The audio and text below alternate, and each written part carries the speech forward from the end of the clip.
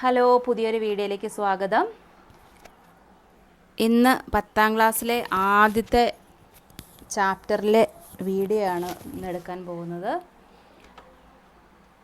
നമ്മൾക്കറിയാം, പുതിയ പാഠപുസ്തകങ്ങളൊക്കെ നമുക്ക് വന്നു.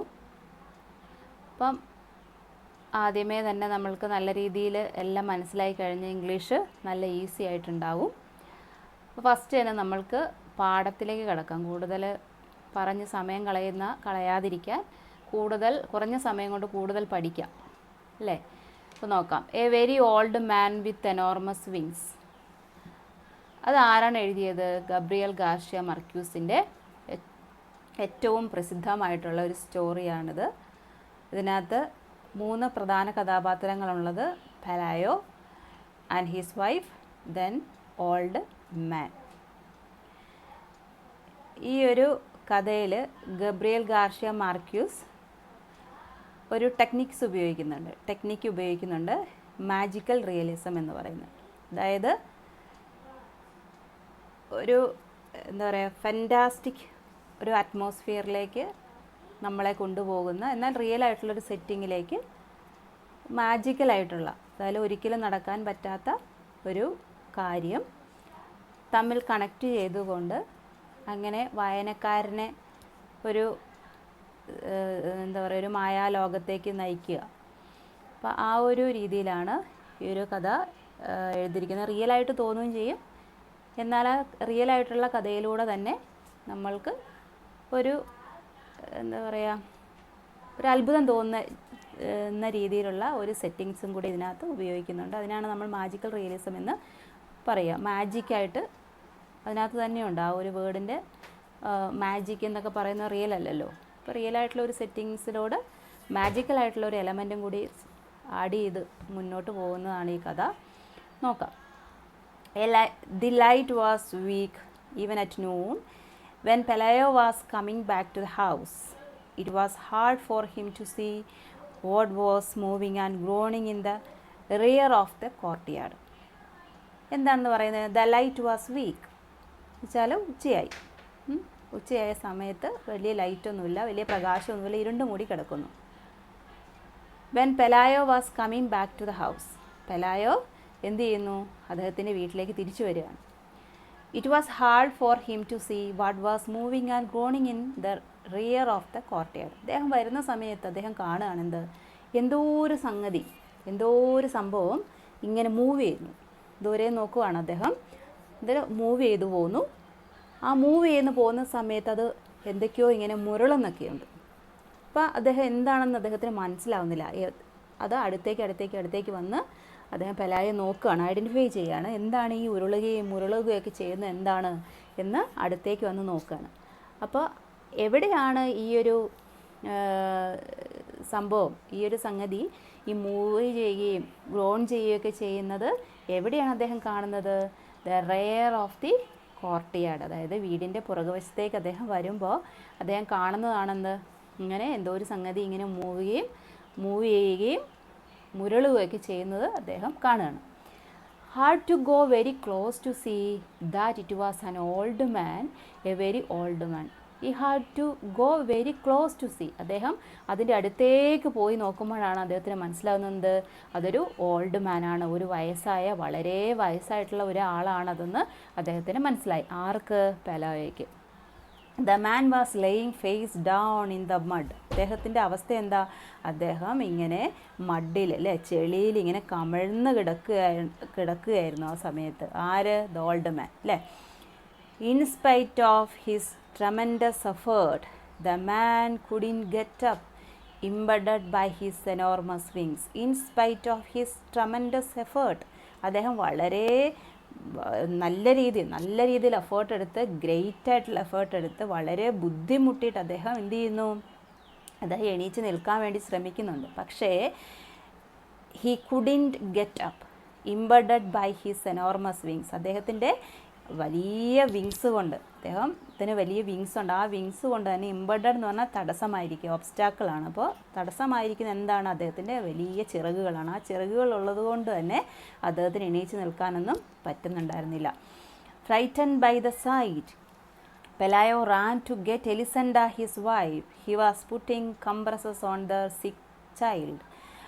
ഇത് കണ്ട് പേടിച്ച് ഇങ്ങനെ ചെളിയിൽ പുരണ്ട് കിടക്കുന്ന വൃദ്ധനായ മനുഷ്യൻ, അദ്ദേഹം എണീച്ച് നിൽക്കാൻ അദ്ദേഹത്തിന് പറ്റുന്നില്ല. ഒരിക്കലും ഒരു മനുഷ്യനോടുകൂടി അറ്റാച്ച് ചെയ്തിട്ട് വിങ്സുകൾ കാണില്ല സാധാരണ. പക്ഷേ പെലായോ ഈ ഒരു ഭീകര സത്വത്തെ, ഈ ഒരു ഭീകര രൂപത്തെ കണ്ട് പേടിച്ചിട്ട് പെലായോ എന്ത് ചെയ്തതാണ്? പെലായോ തൻ്റെ വീടിൻ്റെ ഉള്ളിലേക്ക് ഓടുകയാണ്. എന്തിനു വേണ്ടിയിട്ടാണ്? Pelayo ran to get Elisenda his wife. She was putting compresses on there sick child. അദ്ദേഹം തൻ്റെ ഈ കണ്ട കാഴ്ച തൻ്റെ വൈഫിനോട് പറയുകയാണ്. അപ്പോൾ ആ സമയത്ത് എലിസണ്ട എന്ത് ചെയ്യുകയാണ്? She was putting compresses on there sick child. അവൾ തൻ്റെ കുഞ്ഞിന്, ഒരു വയ്യാതായ കുഞ്ഞിന് എന്താ പറയുക, ശരീരത്തിലെല്ലാം തുണി നനച്ച് ഇങ്ങനെ വളരെ ഒപ്പി എടുക്കുകയാണ്. അപ്പം തൻ്റെ കുഞ്ഞിന് വയ്യ, എലിസണ്ടയുടെ പെലായോയുടെ കുഞ്ഞിന് വയ്യാതിരിക്കുകയാണ്. അപ്പോൾ നമ്മൾക്കൊക്കെ പനി വന്നിട്ടുണ്ടെങ്കിൽ അമ്മമാരെന്ത് ചെയ്യും? ആ ചൂട് കുറയ്ക്കാൻ വേണ്ടിയിട്ട് തണുത്ത വെറ്റായിട്ടുള്ള ടവലെടുത്ത് നമ്മുടെ മേലൊക്കെ ഇങ്ങനെ തുടയ്ക്കും. അതുപോലെ തന്നെ എലിസണ്ടയും ഇവിടെ അതുപോലെ ചെയ്തുകൊണ്ടിരിക്കുന്ന സമയത്താണ് നമ്മുടെ പെലായോ ഈ ഒരു പേടിച്ചരണ്ട് എന്തോ കാര്യം പറയാൻ വേണ്ടി ഓടി വീടിൻ്റെ ഉള്ളിലേക്ക് വരികയാണ്.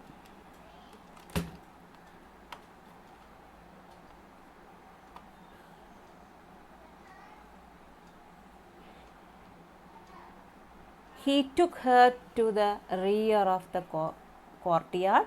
They both looked at the fallen body. അപ്പോൾ എന്നിട്ട് എന്ത് ചെയ്തു? കാര്യങ്ങളെല്ലാം വീടിൻ്റെ ഉള്ളിൽ വെച്ചിട്ട് പെലായോ പറഞ്ഞു.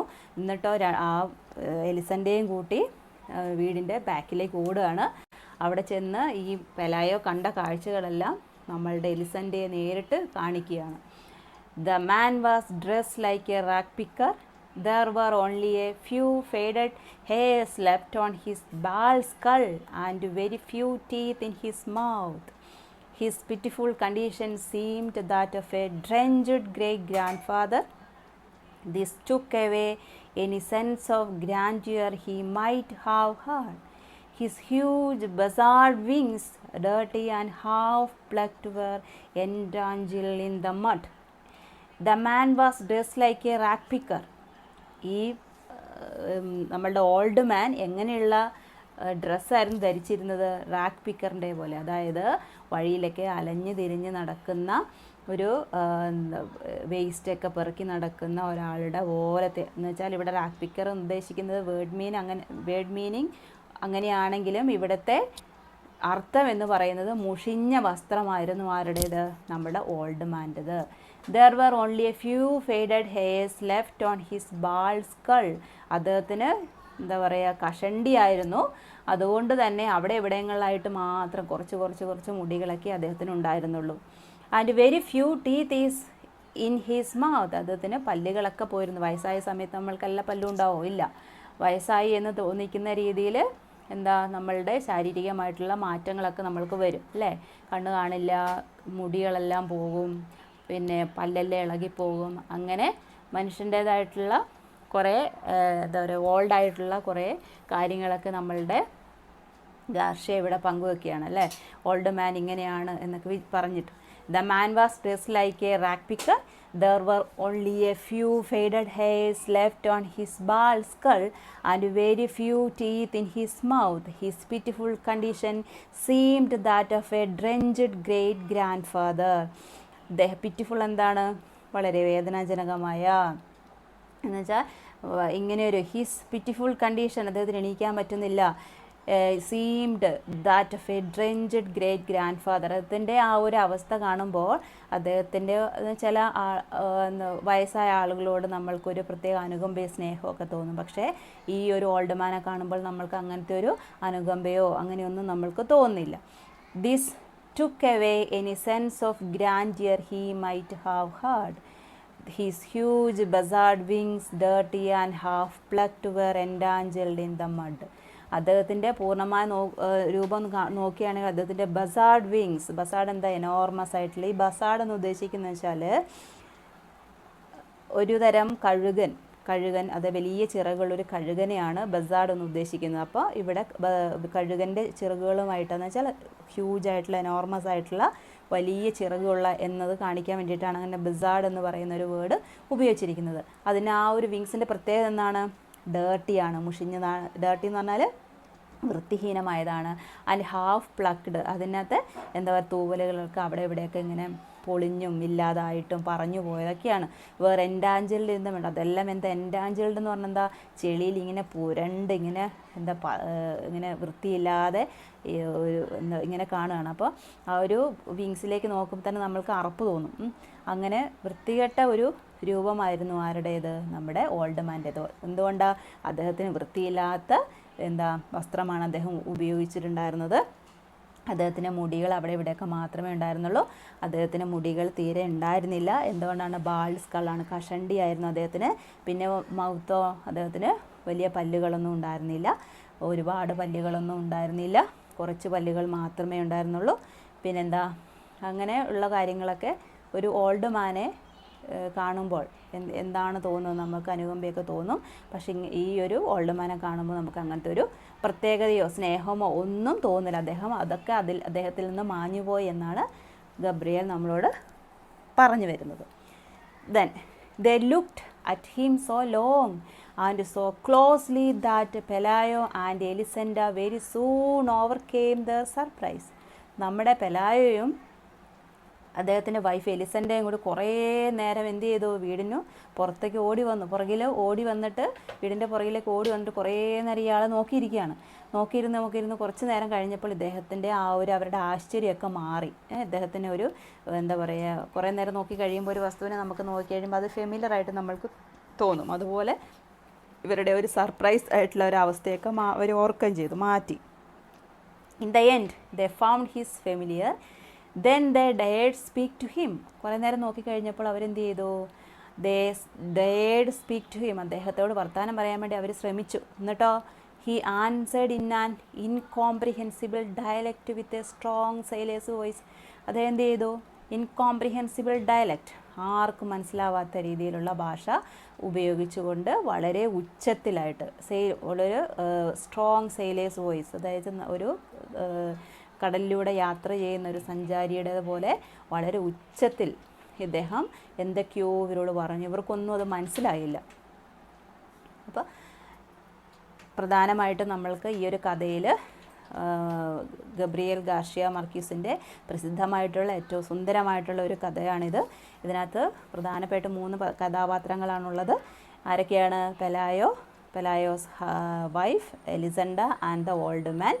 ഇതിനകത്ത് പ്രധാനമായിട്ടും നമ്മുടെ ഗബ്രിയേൽ മാർക്യൂസ് ഉപയോഗിച്ചിരിക്കുന്ന സെറ്റിങ്സ് എന്ന് പറയുന്നത് മാജിക്കൽ റിയലിസമാണ്.